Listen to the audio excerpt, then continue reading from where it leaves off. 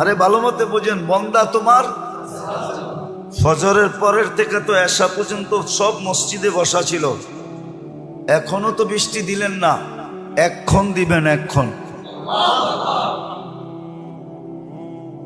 তো মালিক ইবনে দিনার রহমতুল্লাহ আলাইহি বলতেছে, ও বলতেছে এক্ষণ দিবেন, ও বলতেছে আর আকাশে গর্জন উঠতেছে, নামছে ঝুমঝুমায়া বৃষ্টি।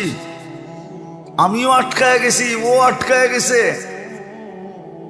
বৃষ্টি যতক্ষণ বর্ষণ হওয়ার প্রয়োজন ছিল বর্ষণ হয়েছে। ও মসজিদ থেকে বাহির হয়ে চলে গেছে, বাহির হয়ে চলে গেছে। আমি দূরত্ব নিয়ে একটু পিছে পিছে গেছি, যায় কোথায়, তো যা দেখলাম এক বাড়িতে ঢুকছে। আর ওই বাড়ি ছিল, মালিক ছিল, উনি কিতদাসের ব্যবসা করতেন, কিনা কিনা আনতেন আর বেশি দামে বিক্রি করতেন, ব্যবসা ছিল এক জমানা এটা।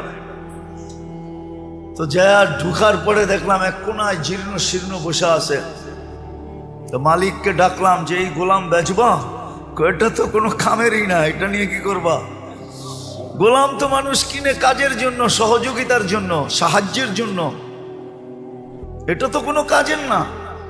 এটা তো কিনা আমি টাকা লস করছি, এটাকে তো শুধু খাওয়াইতেই হয়, কোনো কাজ কুছ পারে না। দেখো না শরীরে কোনো হাড্ডি ছাড়া কিচ্ছু নাই।